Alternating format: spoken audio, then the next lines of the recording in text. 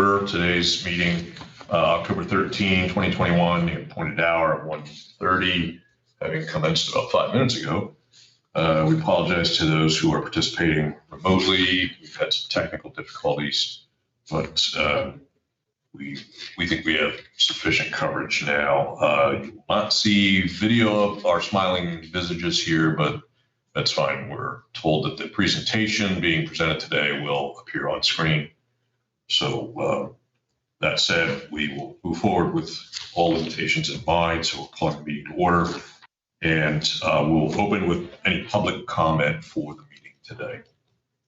We have no one waiting, and there's no one in place who wishes to speak. So we've completed that, and we'll move along to item 3, which is the approval of the minutes of the previous meeting of October 6, 2021. I move to approve those minutes. We have a motion. I will second. All in favor indicate by saying aye. Aye. Aye. Motion carries. Okay, we will move on to item 4, which is our topic of discussion for today, and that is our Financial Analysis Committee's presentation on the county's standing. We have with us Tammy Bender and Dana Best from Department of Finance, who have prepared a PowerPoint that we presume will be visible, and we will hear from them now. So, ladies, it's all yours.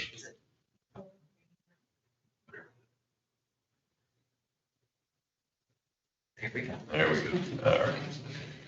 So we're back again. It seems like it was yesterday that we gave the last presentation. So just a reminder that when we give the projections, they are a range. We're just kind of giving you the midpoint of the expectation. And I also, the nursing home, we have 3 pages at the end to talk about the nursing home a little bit on how we have included them in the budget, not included them in the projections, and some of the other details around that. And that's good. And I'm just going to put this out front. When I looked at this, I think this will be very confusing for the public. There are members of the public who do not believe our projections on Claremont. And so I think when we get into those pieces, we've got to be very, very clear about what all of these things mean and why they're even here. There are some things that are here that I went, oh, why is that included when, you know, this is the scenario. So when we get there, I'll probably have some questions, but I think it's very important that we are very careful about putting this out. Right. And to be clear, in our projections, there's no county subsidy for the nursing home. However, because it is not officially transferred, we've had to budget for it as if it's still a county organization. So I'm just going to start with my first question. Why is there no county subsidy in the projections? Is that assumed that it will be sold, so we won't need the county subsidy in the projections? Correct. Okay. All right. And we don't have an answer. I mean, I understand. So we have built in both cases. Okay. Thank you. And if the county does require a subsidy, that is shown later in the presentation. Okay. And so the other thing I think is very, very important to make sure that we put out there and that people understand, or that we're putting it out there in a way that people can understand, is because there is a belief that we are not telling the truth about this financial situation at the nursing home. So we've got to be very, very clear about what is happening here and why it is happening and what the current state of the nursing home really is. Okay, thank you. Okay, so during the presentation, we'll give the county highlights, the current year status based on the 8/31 financials and year-end projections, 4-year forecasting. The data is presented from the focal point of the general fund, and fund balance in this presentation is the general fund unassigned fund balance plus the assigned future budgetary fund balance. There has been no millage change since 2014. Public safety is in the planning process for the P25 project. The towers are currently under construction, and the goal is to have pricing and a purchase order assigned by year end, including vendor choice. And I know that kind of sounds different, but we did the towers before we officially kicked off them. The nursing home transfer of ownership. Our health insurance premium rates are budgeted with no increase for the 2nd year in a row. 3 bridges were in the construction phase, Kunkel, Wolf, and Sample. And bridges may be open to traffic, but construction is still occurring. And we have for Lawson upgrades coming. Inflation, it's going to be the center of everything that we're doing and talking about in the future. This September was just released, it's back to 5.4%. And that's impacting not just the county, but all of our service providers, the goods we're buying. So it can have very deep implications to us. The good news is the last decade inflation has been so low, and that's part of the reason that we've been able to have stable millage rates and the funding, holding the funding steady hasn't impacted us the same way that it will if we have inflation. Which brings us to the next bullet, and that's human service flat funding. So those flat fundings will be even more critical and hurt us even more if inflation continues, and that includes staffing. Because they have to hire employees. We have the opioid crisis, and of course the COVID-19 impacts, both on the revenue side and the expenditure side. We have the American Rescue Plan, emergency rental assistance, and the CHIRP grants are currently in process. We continue to watch the long-term indicators like the assessment base, new court cases, interest rates, the consumer price index.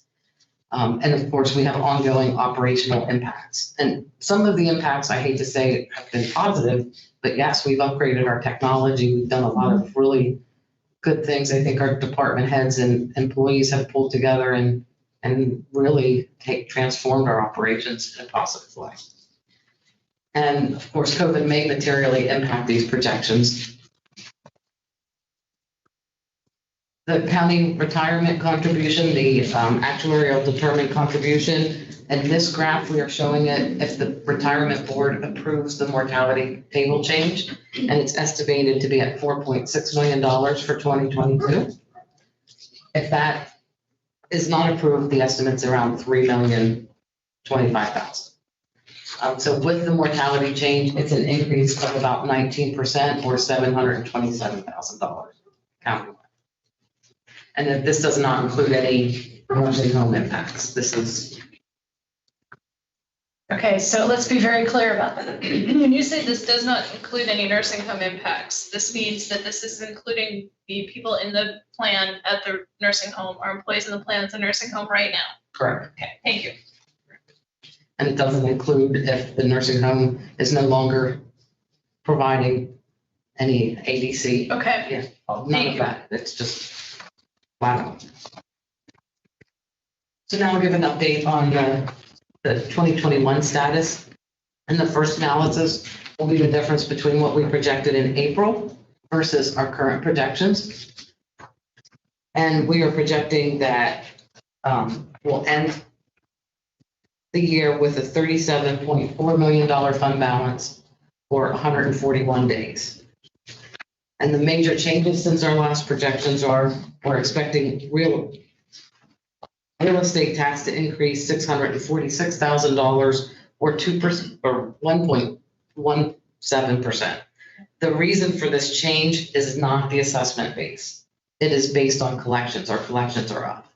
And so you're going to see bigger numbers in 21, but it'll go down a little bit for 22 and the percentage. And that's because of that collections. And we're watching it close.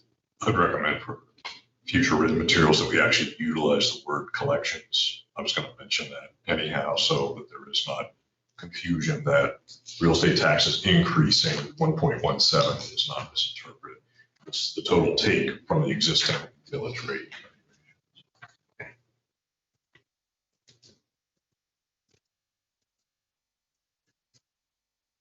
Make that adjustment. And the other revenues that are increasing by about $1.5 million or 3%. That's the transfer from the nursing home of $815,900. Recorder of deeds commissions are up, and that's $400,000, and federal and state stimulus funds $382,000, and that's the majority of the CDBG recovery grant and the PCCD grants. But you just enumerate for us what the transfers from nursing home, what that means. IGT. IGT, intergovernmental transfer. Okay, all right. So it is a regular occurrence that we have annually. It is nothing pertaining to the transaction. The intergovernmental transfer, does that cost us money or is that money coming to us? Ultimately, it increases the revenue at the nursing home. Okay. Without that, we would have a greater loss. Okay. Without that, we would have been underwater many years ago. Correct.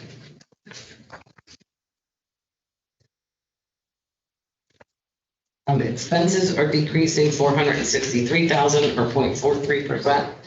Benefits, $711,000 decrease or 5.4%. That's retirement and unemployment compensation. Operating is increasing 523% or 1%. And this is the flip side, this is the nursing home IGT payment, and office supplies are decreasing 200,000.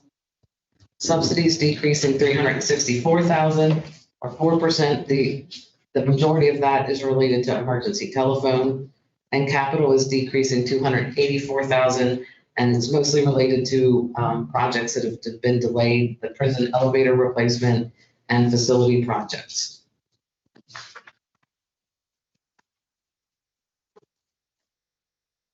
On page 9, this is a graphical representation of our fund balance.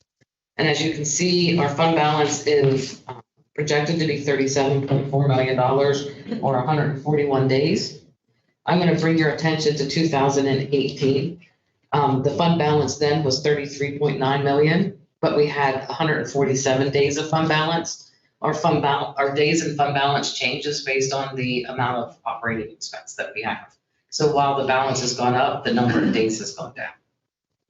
And you will see flexibility on that when our expenses go in and out. I expect a little bit of an uptick when all of the ARP funds roll through our system. We continue to be substantially above the benchmark, though, which is 100 days. 100 days. Thank you. Correct. 141 really isn't a lot. Not really. Not really. So, and that brings us to the fund balance thermometer. And the reason that I'm bringing that up is we are at the very top end of the thermometer, but you'll see in the next thermometer that we're actually substantially below, and it's 100% based on what's running through our books. And so we are talking internally about once that we no longer own the nursing home, going back and reviewing the top end of the thermometer and seeing if we should be basing it on something different that's a little more steady, like the number of days or something else. Because currently it's just Total county expenditures less interfund. okay. And the stuff moving between the funds is taken out. So we'll be looking at that and making recommendations, but we'll probably need a year or two of time to watch and see what happens, because we don't want to set it too high or too low. So now we'll do a quick overview of the actual 2020 results versus our projected. And we are expecting fund balance to stay relatively steady between the 2 years with a slight decrease. However, I do believe the days stay the same. Got confused there for a second. Where I was in the presentation. Overall, the revenue is increasing $17.9 million or 20%, and real estate tax collections have increased $1.4 million. I'll try to get that worded. And that's 2.6%. And normally we budget for an increase of about 1.5%. However, it is that increased collections through the year that is picking that up. The assessment base is right on target. And you'll see in this other revenue increasing 16.4 million, you'll see a recurring theme over the next few slides. It's the same things are listed over and over again. So it's the emergency rental assistance stimulus is increasing $16.8 million. And that was based on the August report. Since then, we've received additional funding, and that's 25.5 million.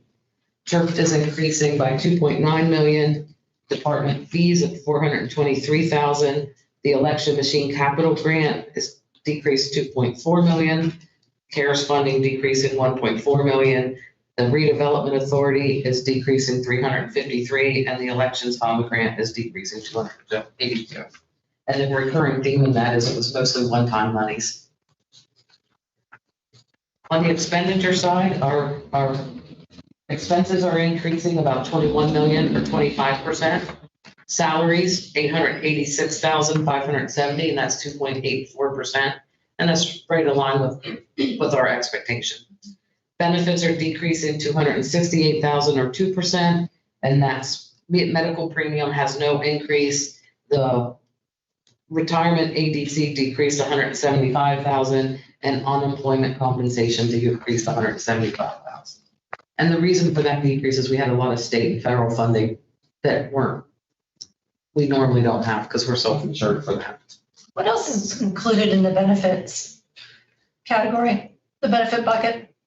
It is FICA, Okay. retirement, short-term, long-term disability, unemployment comp, workers' comp, health insurance, that's medical, dental, vision, the HSA, goodness, EAP, small. and life insurance. Thanks. I think we captured them all.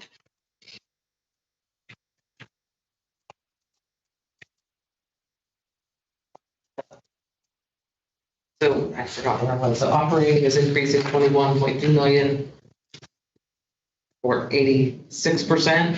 And again, on the flip side of it, the emergency rental assistance, sure, office supplies is increasing 390,000, and the redevelopment authority is decreasing 353,000. Subsidies increasing $2.5 million. The majority of that is emergency telephone, and that is the towers. But the majority is the towers of 1.9 million. Children and youth, 335,000, and criminal justice service programs, 218,000. Capital is decreasing 3.3 million, and that is the election machines, and debt is increasing 188,000.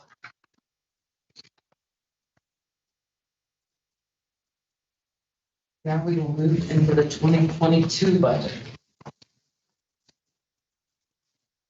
The first column, the preliminary budget for 2022, is the actual revenues and expenses where they stand currently in the budget. And if this goes on view, that revenue and expense is what will be listed unless we make changes between now when it goes on view. There's been changes made. Oh, there has been? Since yesterday. No, they were updated. They were changed before or after Okay. these numbers were updated. Which, anything material? The PID loan, all that related to the PID loan got changed, and Carrie changed the capital bridge fund down 75, but that's all, oh no, That's that's not not in general this. fund, sorry. My brain's going, all the funds, sorry, they're not general fund. But other funds have changed. Okay, Sorry, so this is the general fund. my brain's going 100 miles an hour. Any changes? Okay, and then the projected, we are estimating fund balance to end at 34 million or 127 days. And there's always a difference between our budget and our projected. This year, there is a bigger than normal gap, and that is 100% related to the subsidy of the nursing homes. We have budgeted for the nursing home, and there's more slides on that later. We have left it out of the projections because we do not think that it will come to fruition in 2022. But because we have to operate, if we're still running the nursing home, we have it in the budget. Does that make sense? No. So in county government, we can't spend one dime if there's no budget. So if the ownership doesn't transfer in January or before January, we have to have the budget available in order to spend any money. And so some things are starting to happen in December, right? Pre-ordering food and different things. So we have to have a budget in place. So we do have a budget in place. It's in there. And because there's a subsidy budgeted on the nursing home, we budgeted in the general fund. But we do believe that you the board will ultimately make the decision to transfer the ownership, and then that subsidy will not come to fruition. Can people see that clearly? Can people see the difference clearly? So I know I understand that this is probably, I've done this now with you for 3 years, and I have enjoyed this presentation every time we've done it. I also know that this is particularly confusing for the public. And when they get a hold of this, to get a hold of this document, it will be very hard to understand. Okay, So from the general fund perspective, this presentation isn't a presentation on the nursing home. correct. It is just how the general fund is impacted by the nursing home. And so from that standpoint, there's not a lot of information in the nursing home other than we added some things because of the transition. And we don't know the transition. Is it fair to say that then what you are looking at for 2022, in January, it would include some nursing home issues, some nursing home dollars? Expenses? Yes, expenses and revenue. But if the transition happens before, there will still be some expenses. Most Okay. likely. All right. Thank you. But this includes, the budget that we will be presenting to you will include as if the nursing home is still in full operation. Okay. And then if we will have to do a resolution at some point, whether, regardless of what happens, unless we know before this goes on to you. Okay, thank you.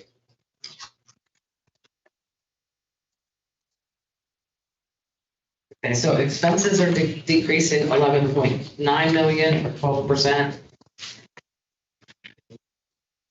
Back up, I went too fast, too far. So the difference between our budget and our projections, the major difference between what we normally budget, the difference versus now is that subsidy for the nursing home. Okay. And we are currently budgeting at 4.5%. Now, and I will kind of skip ahead a little bit and say that we budgeted at an average daily census of 170, but the average mix of what occurred in 2020 and 21. If the nursing home ownership does not transfer, we will have to work with the management of the nursing home and update this to what their true plans are for the nursing home. Like we use 170 days because they're currently at 150 and a little growth. I'm sure we will be trying to do more aggressive measures. The You said staffing will also- 170 days. Average daily census. Yes, okay, all right, sorry. Yeah, and so the staffing will increase, things will change and we would have to still do that.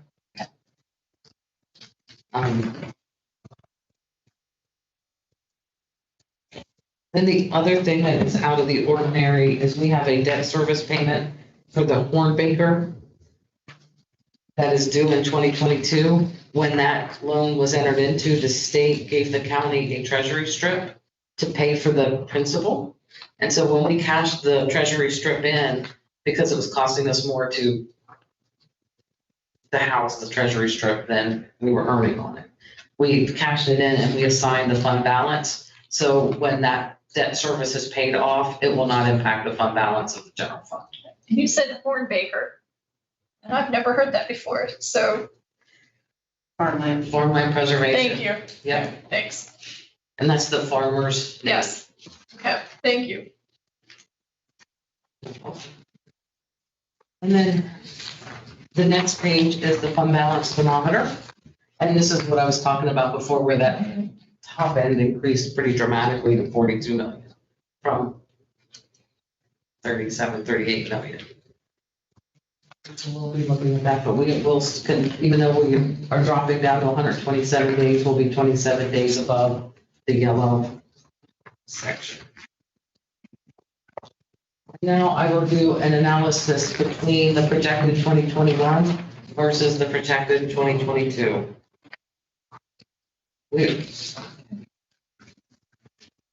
We are projecting that fund balance will decrease by 3.4 million.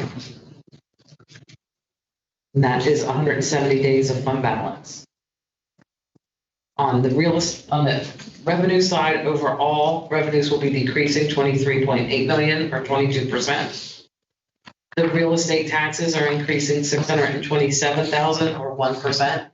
And the reason that's a 1% increase is because the assessment base has been increasing at a steady 1.5%, but in 2021, the collections are up considerably. Yes. And then the repeating theme, the emergency rental assistance stimulus is decreasing, CHIRP is decreasing, indirect. And then related to the nursing home, we do not have the IGT payments in our general fund budget. And the indirect costs are decreasing 683,427. And that's from the nursing home, and CDBG recovery grant is increasing $1 million. Okay, so the transfer in on the nursing home is the IGT. Correct. Okay. And the indirect cost decreasing 683,427. That is the nursing home pays the general fund for their indirect costs. And once they're no longer county owned, that will go away. Okay.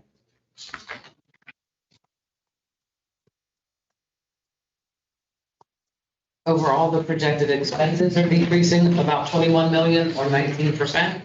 Salaries are increasing 927,588 or 2.88%. Benefits are increasing 156,000. On the operating side, they're decreasing 22.9%, and we're back to the recurring fee. The emergency rental assistance, the nursing home IGT payments also decreasing, CHIRP, CBDG recovery grant, and then Infor Lawson Consulting is increasing 500,000. And capital is increasing 360,000, and the majority of that's related to projects that were delayed in 21 and will be completed in 22. And then when you look at our fund balance graph, you can see that it'll be 127 days for 34 million and is projected in 2022. That's a decrease of 14 days or nearly a 10% reduction in fund balance. Now, there are a lot of things outstanding that could adjust that. A lot of decision points coming that may impact that. And the next graph is the revenue driver of county village, and there has been no change since 2014. And this is just kind of shows where it's where it's the country speak. The tax, this is showing the tax assessed value graph. And this is showing that our average graph, our average assessment based growth has stayed at about 1.5% over the past few years. However, the trend that we will be watching is the building permits. They're at 910. That's down a little bit. That doesn't get us worried because building permits can vary very dramatically on value, but we will continue to watch that. This major project slide, we used to have a thunderstorm in the presentation. The thunderstorm was right on 21 and 22. This is kind of our update to that, to show that, we have some major projects happening. And some of them have been delayed a little bit on their timing. And so that's helped us out a little bit, but they're starting and they're kicking up. So over the next 4 years, we have about $40 million in projects. That's not including the ARP funding and any other projects that the commissioners would decide to do in addition to these. But the radio project, we'll be coming back to you soon to talk about potentially a reimbursement resolution and to plan on when to do the financing.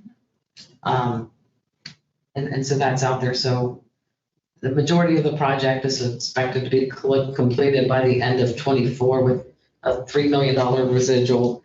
And the other projects, I'll bring your attention to the Infor Lawson also, because we haven't really talked about that. I think Beth is getting a presentation ready soon to talk about it, and that will impact us. And my personal opinion is 2.5 might be a little bit low comparing to what we paid previously. That was nearly 20 years ago.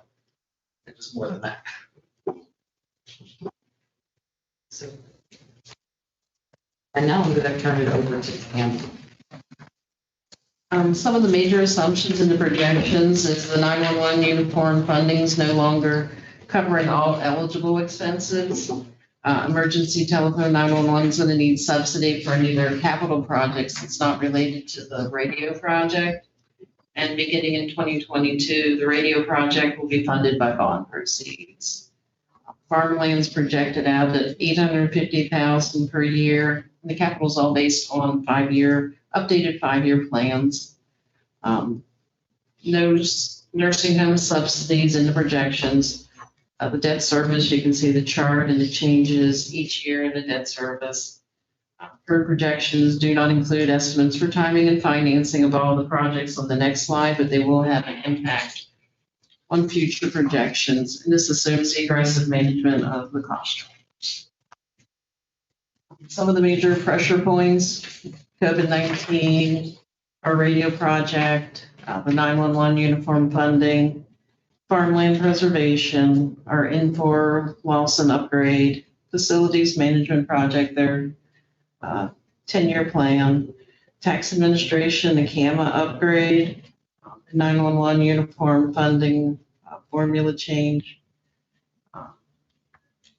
Some of the stuff that's not in the projections, radio infrastructure, growth of the county, any impacts from the federal or state budget, the nursing home, capital cases. This next slide showing you the projections for 2021 through 2025, and the projections are what we expect to be the midpoint of the range. And we're expecting fund balance to end in 2021 at 37.4 million, which is 141 days of fund balance. And out in 25, we're projecting out at 13.4 million or 50 days. Just some of the assumptions in the projections so you kind of can see what the numbers are based on. The salaries, 2.9% increase in there for 21 through 25. Looking at union contracts, merit-based compensation, overtime. Benefits, we actually have a 2.1% decrease in 21, and then a 1.24% increase in 22, and bumped it up to 3.64% in 23 and 25. Medical is actually projected 0 for 21 and 22, and then brought it back up to 4% in 23 through 25, because that was our yearly increase that we had been seeing. Retirement's projected out at 8.25% decrease for 21, and then it jumps to 3% in 22, and then an average increase 3% for the out years. Operating expense, big increase in 21, and that's mainly due to all our one-time monies and the grant monies that's coming in, which then we see the offset, the decrease in 2022 of 49.8. We've got a 1.35% average increase in there for operating expenses for 23 through 25. And subsidy is high in 21 with the start of the 911 project. And then it's a 1.37% in 22, 3.18 decrease in 23, and then bouncing it back up to 4.4 in 24 and 25. And that has no nursing home subsidy in the projections. And capital is based on 5-year plans and no capital. The 911 radio project assumptions is a $15 million bond in 2022 with just an interest payment in 22, principal starting in 23 payments, and then a $15 million bond in 23 with the first payment in 24. And as the project's developed, we'll adjust the projections accordingly. We'll offset project costs with bond financing, other financing, and assigned fund balance in the general fund. E25 is in the development process, and there's still a high probability of change with project costs, timing of the project, which will all have a material effect on projections. And this chart is just a graphical representation of the unassigned fund balance in the general fund, and showing you 2018 out through 2025.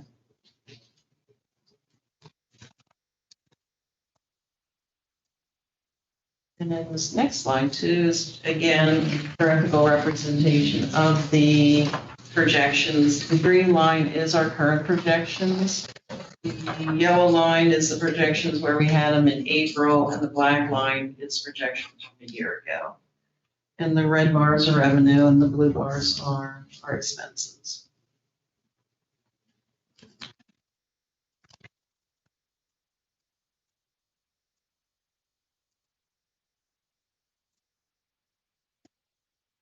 This next slide, we're showing you the break even. First line showing you the current projections and where we stand. Second line with the break even. We started break even in 22 with the 34 million, which then requires 12% in 2023 to keep us around 34 million out in 2025. And this is always the percentage change. It's a change in revenue, expenditures, or a combination of both of them.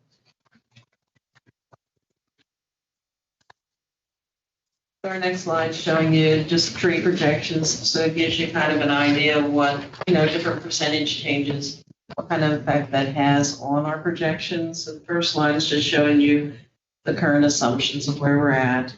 The second section showing, if we did no changes in 22 and started doing some changes in 23 of like 2% each year, or the 5% and 2% ones, of what impact that has on fund balance. Kind of the third grouping down is a 2% small change each year and the impact it has.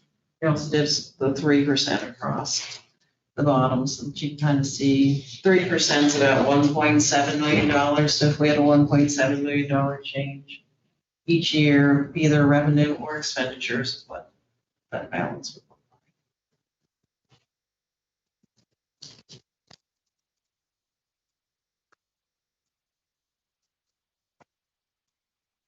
Next slide, again, more scenarios, looking at the numbers. Current assumption is at the top of where we stand, and then the next section does a 1% change each year, and then corresponding negative 1% change. So it could be a positive or a negative change. And then same way with the 2% positive or 2% negative, how that would impact our fund balance. And keep in mind, it's all within our range of our projections.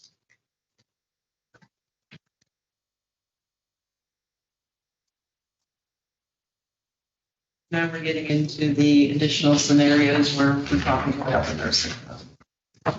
So our 2021 budget, our current 21 budget is requiring an estimated $3 million subsidy that's not in the projections you saw on the previous slides. We will go in on the slides coming up. And we don't know for sure that it's going to be $3 million. We had some funding come in September. This is based on August numbers. So we had some additional stimulus funding come in, and we are expecting to do a adjustment to the allowance for doubtful accounts that will probably be about $300,000 based on August. We normally don't do that adjustment until year end, but because we haven't had a lot of new people coming into the facility, we are definitely overbooked. That's when the riskiest time period is when they're new. So Okay. that is coming, but that was as of August, And what came in September? the stimulus fund. Stimulus funding. And I don't remember, like 800,000 is what keeps running through my head, but I don't know if that's what it was. So the Act 24, the ARB, and other stimulus funding may materially affect the subsidy requirement. The paid time off, as Dana was saying, the accounts receivable allowance for doubtful accounts, other year-end adjustments may have material adjustments, at year-end because of change in circumstances, demographics.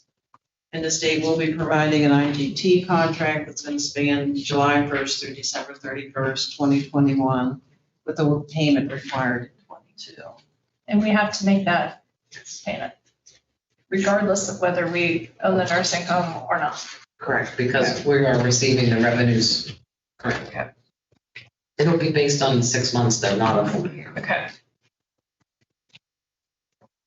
In the 2022 budget, the current budget's based on 170 average daily census, and the revenue is based on an average mix from 2020 to 2021.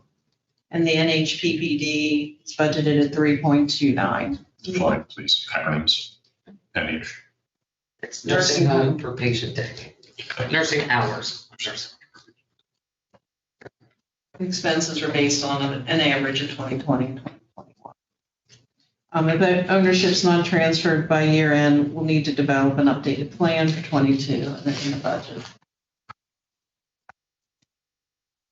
Some of the potential short-term impacts to the general fund after the transfer of ownership, retirement.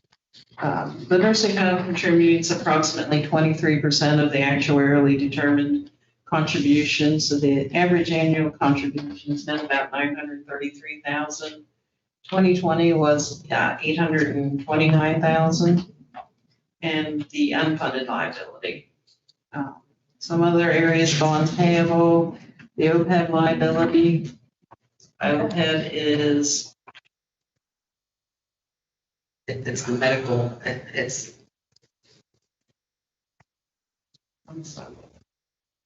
I should know it off the top of my head too, but it's the medical portion of the benefits after we retire. Even though the county doesn't pay for the retirement benefit, it's because the retirees are older and technically our rates are higher because of, so it's that liability. Compensated absences are funded. Unemployment and workers' compensation are also funded. We have record retention, IT and space costs, audit findings and penalties, and then contractual obligations and other expenses revenue not received. The general fund will no longer receive the indirect cost payments from the nursing home.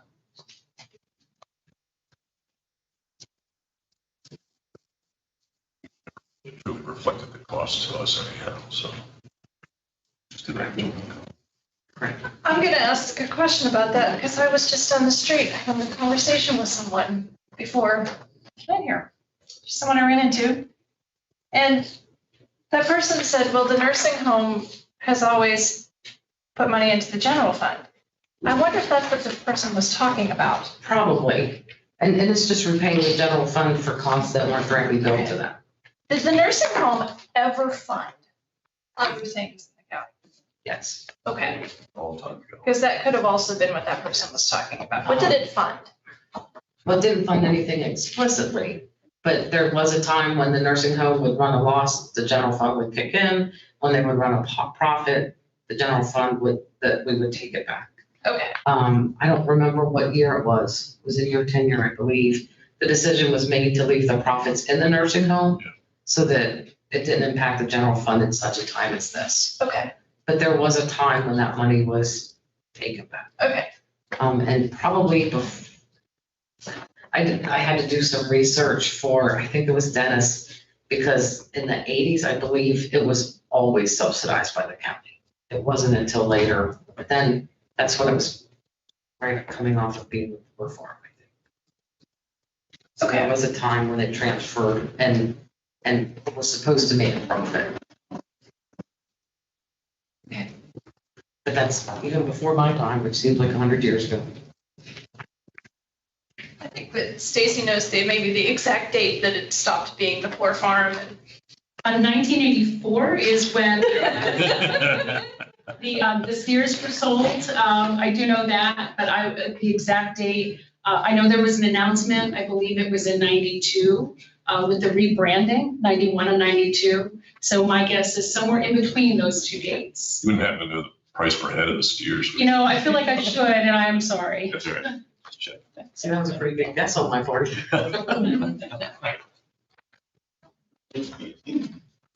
So we did a slide here with the projections for the nursing home, the impact it would have on the general fund.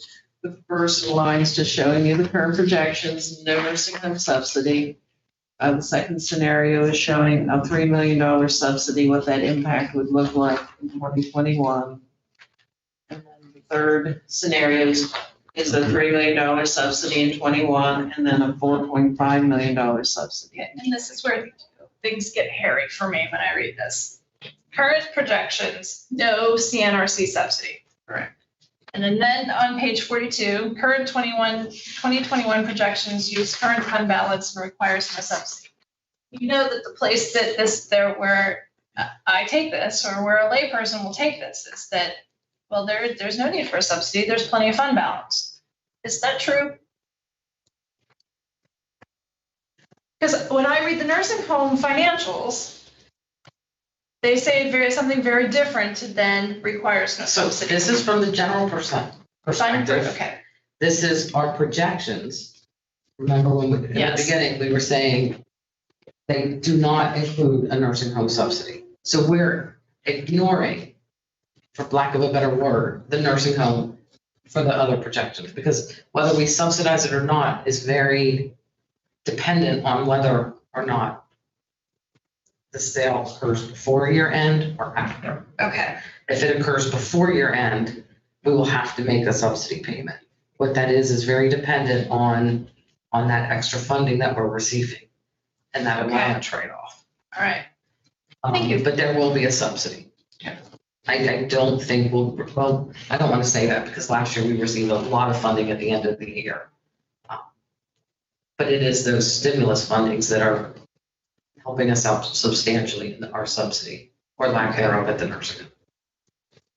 Because we would have a substantial subsidy last year also, if it wasn't for that additional funding. Kind of like if you get a sudden bonus in your checking account, right? A sudden bonus from whatever in your checking account. So it may cover some things, but it does not tell you the entire story of your checking account for the year or 2 years. Correct. Okay. All right. That's right. Can I just interject as well? And I think it doesn't tell the story of your checking account when you factor in your savings account and the other accounts that you have. Because I think that's the other big part of this is if we had to provide a subsidy, the amount of that subsidy isn't the exact loss for the year of the nursing home. It is what the nursing home with their own fund is not able to cover. Would that be correct, Dana? Correct. Because they did have a little bit of a fund balance at the beginning of the year. They did, yes. Yes. Thank you.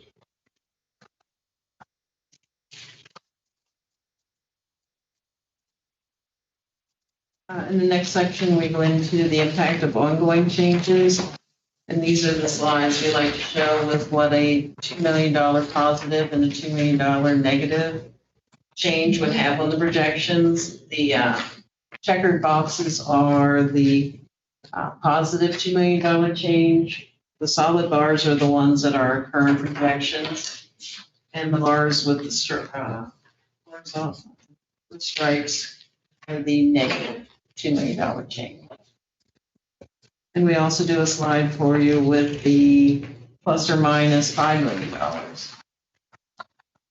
And both these projections, both these slides are well within our projection range, with our projections being that midpoint.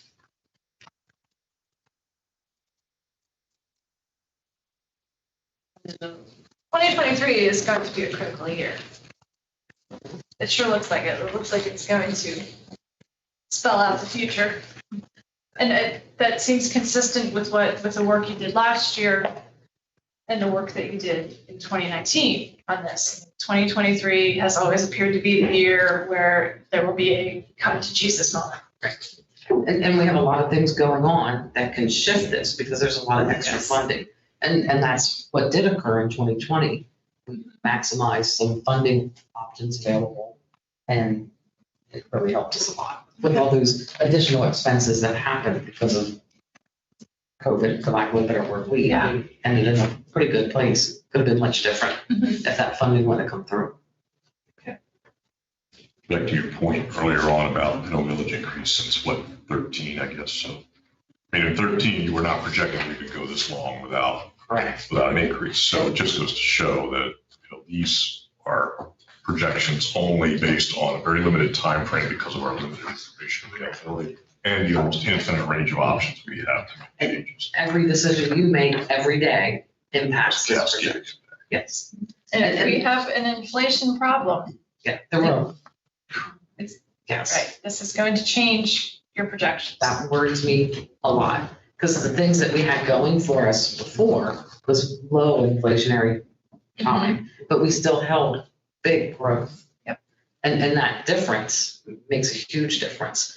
The 911 funding, that's when they changed the funding formula and we got a big boost and we went from having to subsidize that of what, $2-3 million a year down to only subsidizing the ineligible. Well, that's shifting.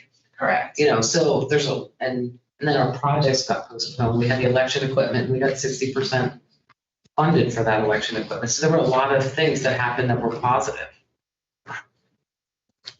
Now we just have to watch and make adjustments based on what we see so that we don't end up in that negative spot. And that's what the projections are for, so that you can make informed decisions and transform it before we're in trouble. Yeah, I mean, you can kind of see as commissioners what you've done to keep you from getting to that spot years Yes. ago. You've been making the changes and keeping us in a good position.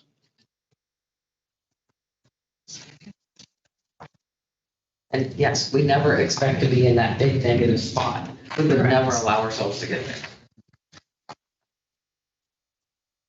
These next slides are showing the comparative tax rate for third-class counties. And you can see Cumberland County has the lowest 2020 property tax per capita. We're the lowest average tax per household per median household income, and the lowest average tax per household of the third-class counties. On this next slide, we've been putting the surrounding counties in because the controller's office always had them in their PAPR. They don't have them in their PAPR anymore. We're probably going to pull the slide because it's very hard to get some of the smaller counties, Perry County, Lebanon, Adams. Right now, we only have their 2019 data. We haven't been able to get their 2020 information yet, but Cumberland County, you compare our 2020 numbers to Perry County's 19, we're the second lowest at 212, but Perry County's is old data. Mhm. And they had a complete turnover of the Board of Commissioners, and they made some pretty serious changes, including, I believe, a significant tax increase in 2020. Okay. And that's when we don't have their new numbers. I'll just do a shout out for the inclusion again of median household income data, which I've said for years would be very helpful to have this. I really appreciate putting it in. I think it tells. We like that information too. Thank you. Any questions?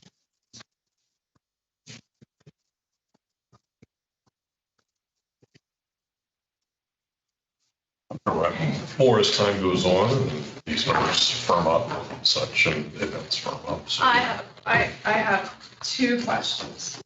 One is, the budget will be put on display. Okay. Does that include, is that the entire book that's going on display? Just the budget portion? Just the numbers. Just the numbers? Okay. And so I had asked last week about getting the rest of that book in draft to review. So I would like to read that before it is mass produced. It's in draft now, but we're working on it. Okay. Dana- And I know we talked about that Yeah. last week. Dana and I have a meeting next Thursday, I think, to hopefully get a good draft put together, and then I'll send it. Okay. And that's just the transmittal letter. Do you want the entire document? We're still producing the document. I would like to dig into that document before, Okay. They're still It's done. developing it with Plastica. And I it's, understand, yeah. a lot of We'll the be doing discussion. a little budget and brief. We do that small document for you, but it's on video. We're diligently working on that one. Okay, all right.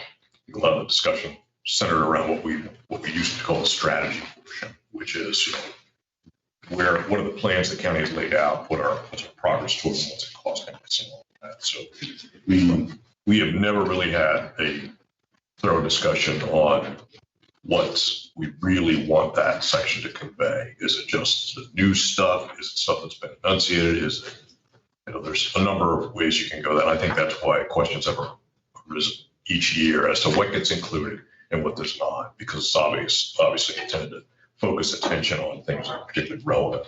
Well, relevant to whom and for what reason, as we've never really firmed that up. So I think going forward, there may be some further discussion on whether it is as illuminatory as we really want it to be for members of the general public to look at and say, oh yeah, this is what's going on. Just an observation.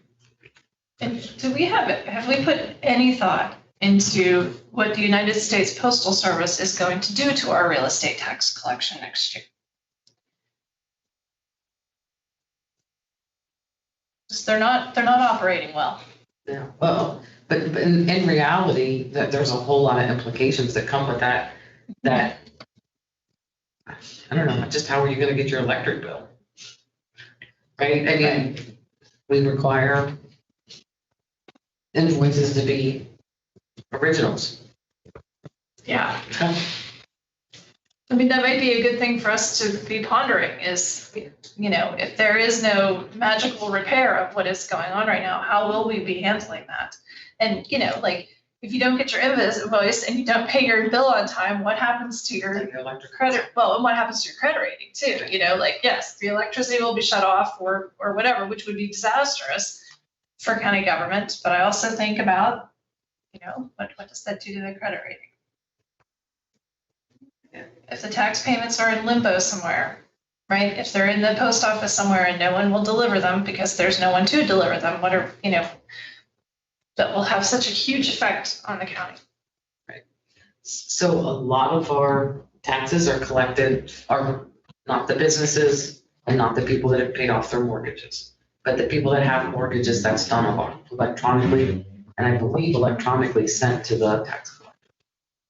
I'm not 100% sure on that, but when we were looking into tax collection with COVID, that was, when we were concerned about how that was going to happen. The mortgage company, there's a main company that goes out and actually makes those payments and then goes to the banks and does it. So the majority of that will be okay. Maybe. I mean, yeah. But no, I mean, even getting the bills out could become an issue. Yes, so Wes and I have already been discussing the timeline to account for that. And he is looking at setting a deadline for our printer of mid-February to ensure that individuals will have their tax bill on March 1. Okay. And that date has not yet been firmed up. So he's watching, and I assume in the next week or two, he'll kind of give me a firm date. Separate issue I just want to put on the table. I don't want to put too fine a point on this, but I think what you stated earlier, Dana, about inflation is going to be the watchword for us on a lot of things. So just for a little bit of clarification, I'm going to be asking some questions on that going forward that are going to very distinctly separate what we mean by inflation, because we're impacted by inflation in two different ways. One is the real costs, which you have to bear in mind that the common definition that's used by most people is the consumer price index, which is one of many different indices available to measure real inflation. So it includes, CPI includes a lot of things that do not impact us in the same way they affect others. It's a composite. It's not a firm and fixed data point.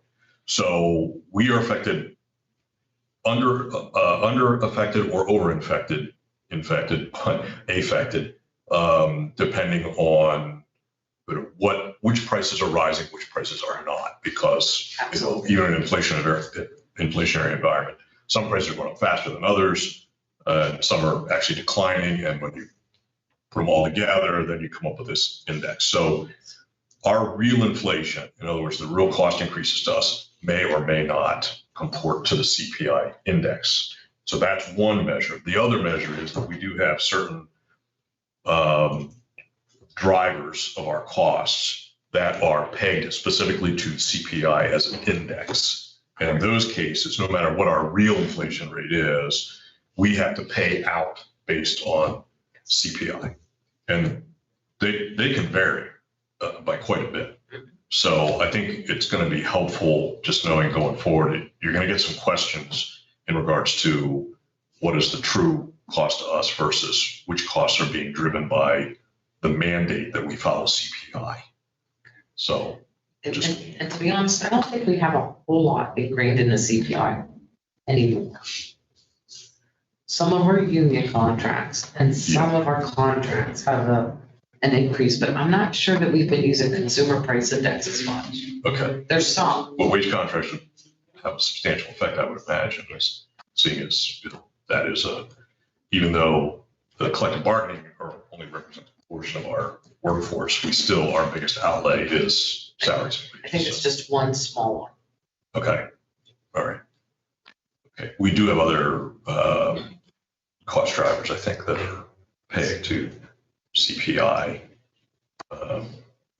The salary increases of elected officials, I believe, is pegged to that. But it's maxed at 2%.